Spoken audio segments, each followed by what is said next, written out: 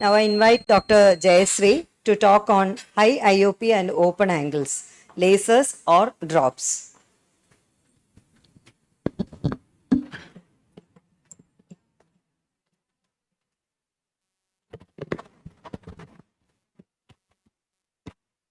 So, good evening, all. At the outset, I would like to thank KSOS and Dr. Girija for the opportunity. And this is a common dilemma whether high IOP and open angles needs to be treated with lasers or drops. Let's see how it can be done. I do not have any financial interest in the presentation to be made. If for a treatment success, we need all these four pillars: the compliance of the patient, safety of the treatment, quality of life should not be compromised, and there should be glaucoma control.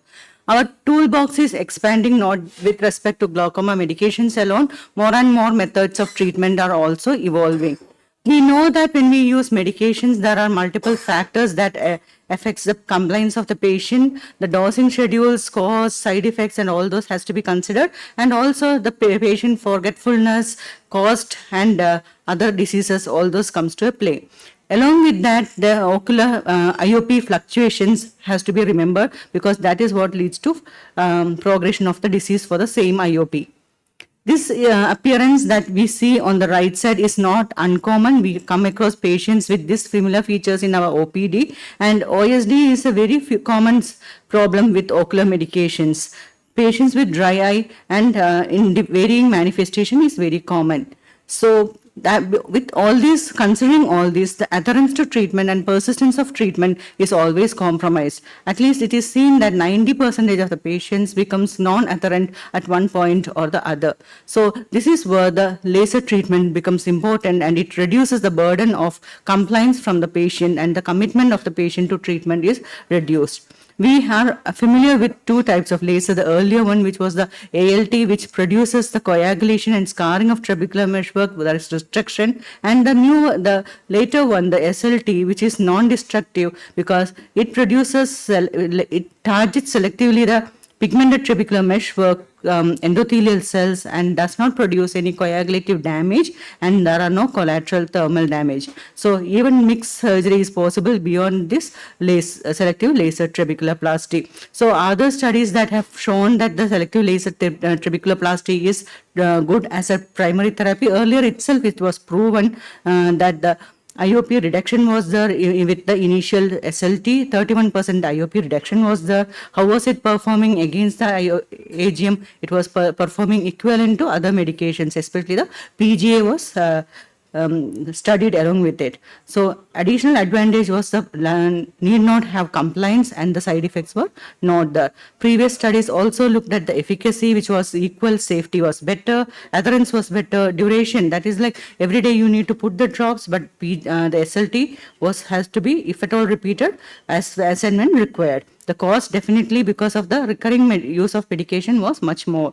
So, but all this never changed our practice pattern, even though we came to know that SLT was effective. What was that milestone study that affected our thinking process? It was this study, the LIGHT study, which is the selective laser trabeculoplasty versus eye drops as a first line treatment for ocular hypertension and glaucoma. It is a very well done study, multi-center randomized controlled trial, which looked at the primary outcome being the health-related quality of life and the cost effectiveness, and the secondary outcomes like IOP control, disease control, need of surgery, and patient without medication.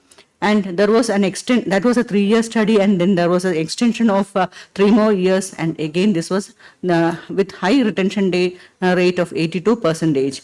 So one wing had lasers, one wing had eye drops, and the endpoint was reaching the target IOP. Initially, the health-related quality of life was the primary outcome, but quality of life was similar, maybe because these patients who are on SLT never actually had the experience, the bad experience of using medications. And when we come to the IOP reduction, up to 8 millimeter was reduced in the initial 2 months. And when we see the percentage of eyes at target IOP over time with just lasers were as high as these values. And these are the severity of glaucoma, and you can see that the maximum reduction used to happen for the ocular hypertension. So this is a comparison. You can see that the SLT performed better with all the important parameters when the disease progression was less, cataract surgery was less, there were no trabeculectomy that was required. I said target IOP was better, the escalation of treatment was less, adverse events were less, the drops free at 3 years. Patients, 75% of the patients were drops free after an SLT at 3 years. So this slide also shows the same thing. The cost effectiveness is one thing that was very important and has more of a community aspect also. But what happens when the study is extended for 6 years? The same thing is shown on a magnified level. The disease progression is further, the gap is further seen. Trabeculectomy surgery again is much lower. Cataract surgery is lower. The drop-free target of drops-free and target IOP was up to 70%. Even at 6 years, 70% of the people were at without medication. And eyes on single medication was like 1+ medication was 18.5%. So again, this is the comparison between the two eyes. The most important thing was progression was less with the SLT group, even for the same IOP that was reached. So does the repeat SLT help? If the patient has higher IOP or the target IOP is not reached, does the repetition of SLT help? Definitely the repeat SLT help, even if it is a late failure or early failure. And not only this study has shown, the previous studies of repeat SLT has shown effectiveness of the procedure. And then there are studies like COST study, which shows that repeatedly every year, if you're doing small SLT in lower strength, that is also on the way. And this study has become a game changer. Why? Because the ophthalmological societies have incorporated and has mentioned that this has to be considered. The SLT has to be offered to the patient when the patient comes to you and you detect the primary open-angle glaucoma or ocular hypertension. You are bound to tell to the patient that we have a choice, not just glaucoma medication. You also have a choice of SLT as treatment for glaucoma. So why are we still hesitant about not taking up this procedure? From the patient side, if we are all starting medications, it is very much acceptable. Patients are aware about that. But when the moment when you say a procedure, that hindrance comes from the patient side. But you have to reassure the patient, because it's not it's a very safe procedure, and you get, as we could see, 6 years of 70% success. But from the ophthalmologist side, the one thing is availability of the machine. Second is the initial investment, learning curve. You have to identify the properly, because anybody can just write a drop but not identify the gonioscopically identify correctly. And procedure time is required. You have to get up from the OPD and go and do the procedure. Lack of awareness. The effectiveness is not known to anybody, not many.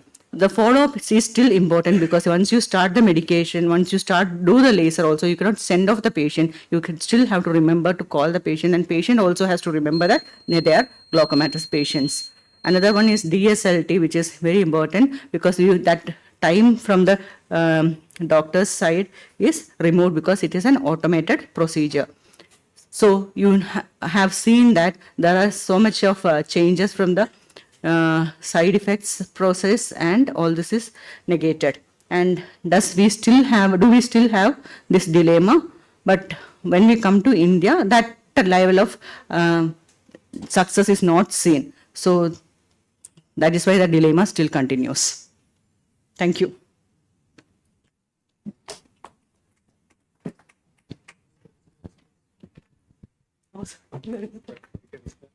Thank you, Dr. Jayasree, for that excellent presentation.